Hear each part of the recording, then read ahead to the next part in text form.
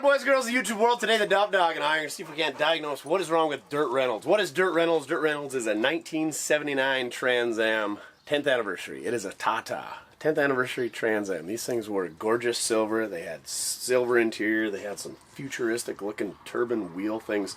They had gutless 403 Oldsmobiles with automatics or gutless 400 Pontiacs with 4-speed, maybe less gutless. But anyway, this was a super cool car when it was new. It's super cool again, but as you can tell, it is panty dropper purple. It's got some weld wheels from the 1990s. It's got an LS and an overdrive, and it's also doesn't have a hood anymore. But the problem with this thing is everybody loves it. I love it. People who see it love it. DB loves it. Chin loves it. Mojo maybe not so much. Anyway, it does great burnouts. Goddamn spinning tires!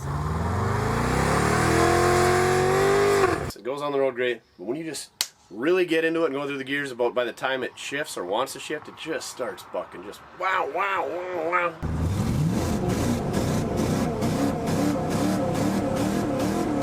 And we can't be having that. We got good burnouts. We got a super cool looking car. It's got to perform just as well. So we are going to head on over to our buddies at Rigid Customs by Hankinson, North Dakota. He does a lot of LS swaps. He's got the HP tuners application.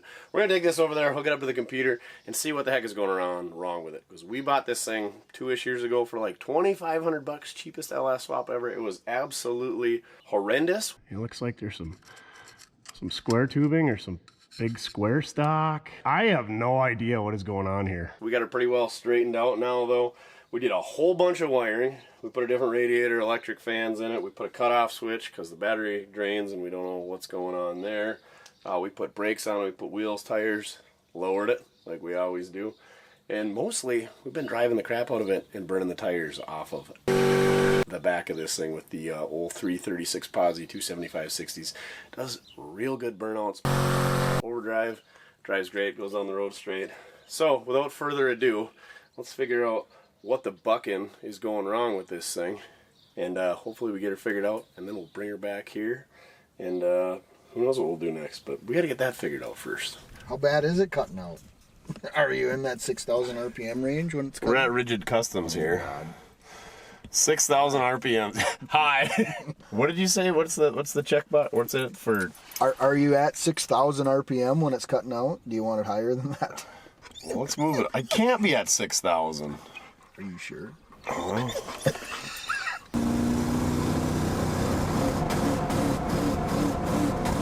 Is that a lot? Well, no. Not for Dirt Reynolds. So what? No, like what tab are you in there with this HP tuners that you found that in?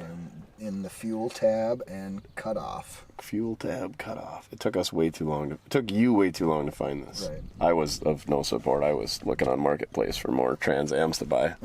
Found a stick on the ground, and now I'm gonna use it. All this power that I found, gonna totally abuse it. That's a nice tune. That isn't even a green treat, is he?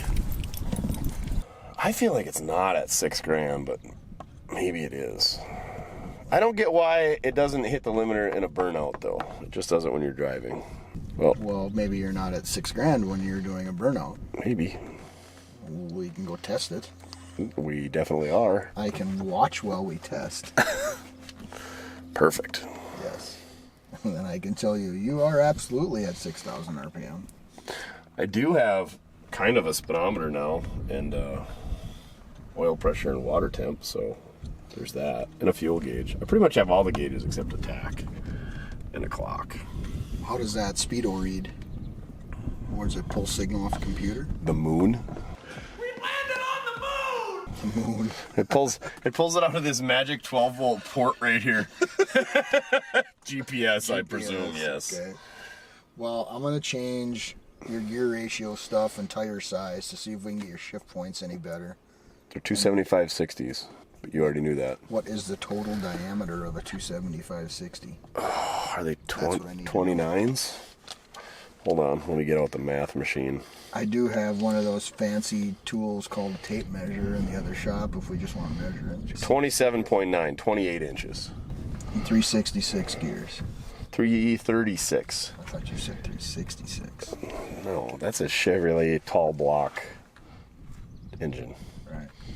Not a gear ratio, silly. Oh, don't forget to grab The old beauty rings. Yep. I'm gonna plant some weeds over in those boxes just to upset Mrs. Rigid. Alright, so here's what we got going on here. We weren't getting power to the mass airflow sensor. We got power there. That didn't fix it.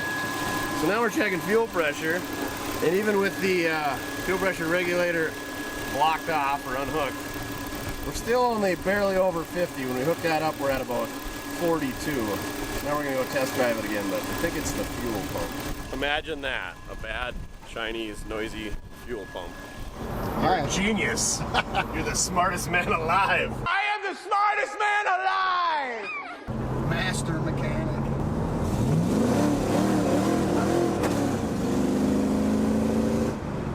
As we run the neighbors off the road. You can definitely see the fuel pressure drop to pretty much nothing. So that's also telling us that our fuel pressure regulator is working properly, right? Possibly. It's like just perfectly timed with it, like it's the opposite of the tachometer. Just when you thought you'd seen it all, huh? Right.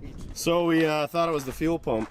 Well, it was. It didn't have enough pressure to go through the shut-off valve that was half off. So down here by the rear end, I did not make this, can't lay claim to it, but there's two filters before the pump, and then after the pump, I noticed this little shut-off. And this thing was turned about like that. And I know that usually with a shut-off valve, it should run in line, and this one was perpendicular.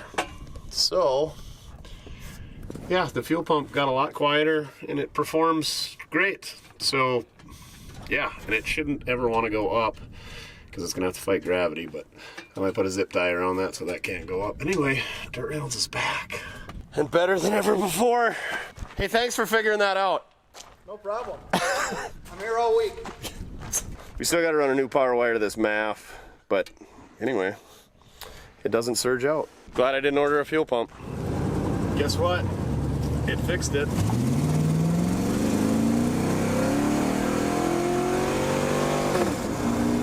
No more cutting out, baby! All right, we are back. It has rained. We got T-tops in this car. Tech tip of the day, if you're 6'1" and 225 pounds like me, get yourself an F-body with T-tops because you actually fit in them and will enjoy driving it and not be cramped in there.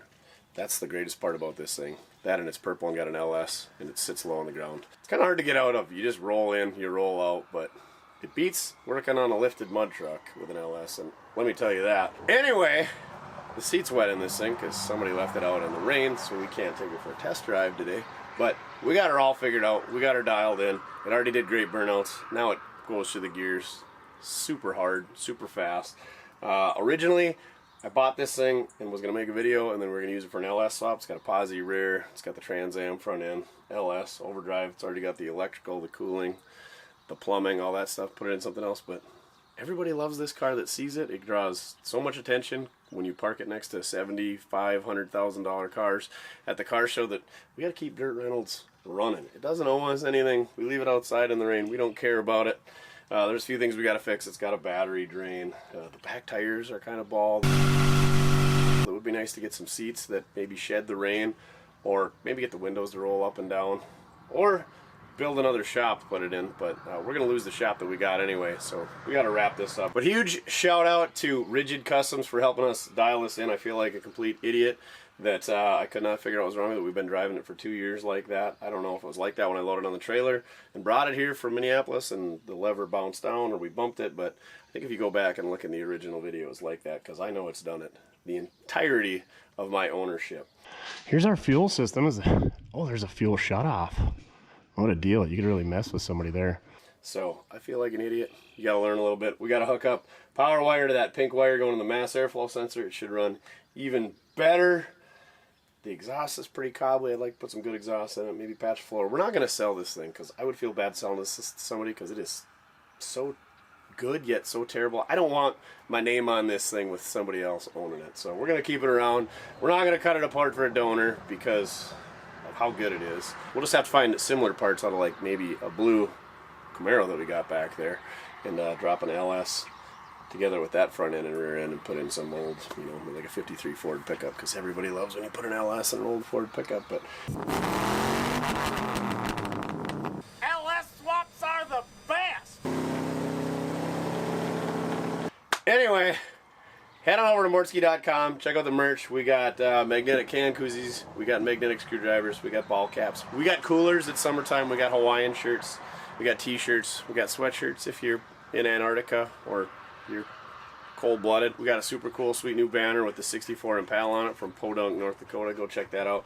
Alright, battery keeps dying in the camera. I gotta wrap her up. So tech tip of the day, always check to see if your anything has a fuel shut-off, if you're having fuel surging issues. And don't ever put a fuel shut-off. I don't know why you'd need that. This is the only car I've ever seen one. I've seen them on like gravity feed lawnmowers and motorcycles and stuff like that. But he should have spent this $60 on engine mounts or, you know, a wire harness. Literally anything other than a fuel shut-off. I don't know why it needed that, but I feel like an idiot for taking so long to figure it out, and cost me a lot of time and money, but it's working right now, and that's how you learn. You got to keep learning. You got to figure it out yourself. You can't just pay somebody to do it. But I was not capable of doing computer tuning, and I apparently should have checked the basics. I thought I checked the basics, but I didn't. So, all right, like I said, go check out the merch so that we can, you know, put a nice paint job on this thing, or actually seat covers. We'll put it towards seat covers. All right, remember, it doesn't matter how you get it done, as long as you're having fun. Purple LS swap Trans Ams with T-tops. Real fun. All right, on to the next one.